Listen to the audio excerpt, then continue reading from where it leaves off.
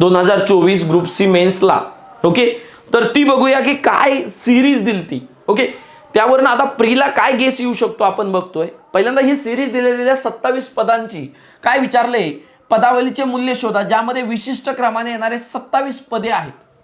27 पद आहेत, पण काही झाल्यानंतर पद तुम्हाला डॅश डॅश दिलंय, म्हणजे त्यापुढे पद कंटिन्यू तशाच स्वरूपात चालू आहेत असं त्यांनी सांगितलं. इकडे लक्ष द्या, मला रिपिटेशन कुठनं होतं, ह्या 5 पदानंतर होतंय. ह्या 5 पदानंतर रिपिटेशन होतंय, 1 2 3 4 5. ओके, मग इकडे लक्ष द्या, ह्या 5 पदांची जर बेरीज केली, 6 आणि 4 10 वजामध्ये 5 आणि 3 8 आणि 2 10, म्हणजे वजा 10 आणि अधिक 10, ह्या 5 पदांची बेरीज 0 येते.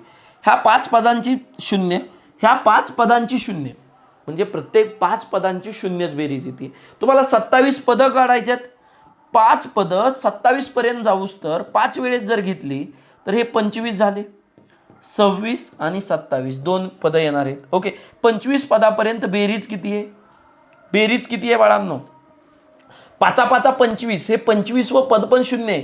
26वं काय येणार आहे, 3 येणार आहे. 27वं काय येणार आहे, 5 येणार आहे. 5 आणि 3 बेरीज किती येणार आहे, 27 पदाची 8 येणार आहे. ऑप्शन क्रमांक 2, ऑप्शन क्रमांक 2. कळालं, लॉजिक डेव्हलप व्हायला पाहिजे.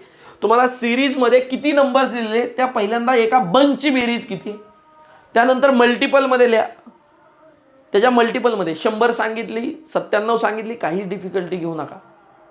5 ने भाग जातोय तिथपर्यंत किती आहे, 95 काढा. 97 सांगितली तर परत 96 आणि 97 ची वेगळी काढा. गॉट इट का?